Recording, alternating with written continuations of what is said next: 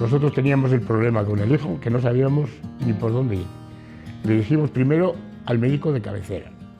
El médico de cabecera tampoco estaba muy informado, pero nos dijo que creía que había una asociación en San Sebastián que venía a la zona de Eibar una vez al mes y atendía en una sala de la parroquia que nos daría algunas charlas.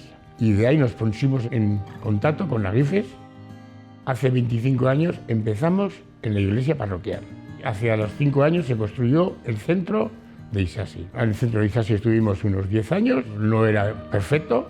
Encontramos este local que reunía todas las condiciones, se hizo una obra totalmente nueva y quedó este local que yo creo que reúne muy buenas condiciones.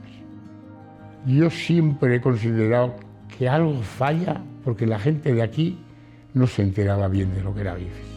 Necesidades aquí, había más necesidades que San Sebastián. Esto iba a ser más pequeño, la gente tenía más dificultades para venir aquí a hablar de su enfermedad. Como no teníamos, como el centro de San Sebastián, el apoyo tan grande, decidimos aquí tenemos que hacer algo para que nuestros enfermos y nuestros familiares tengan un apoyo directo con todos los activos que tenían en San Sebastián. Yo creo que Agifes tiene que ver la forma de que la gente le conozca más todavía en Guipúzcoa, más. Y qué servicios ofrece y qué resultados puede recibir el que recibe los servicios. Porque yo creo que la gente ha mejorado mucho, pero está un poco vendida. No sabe cómo actuar.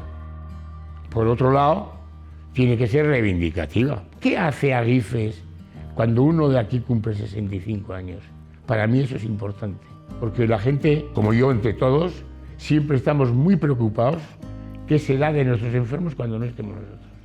Esa pregunta lo hacen todos.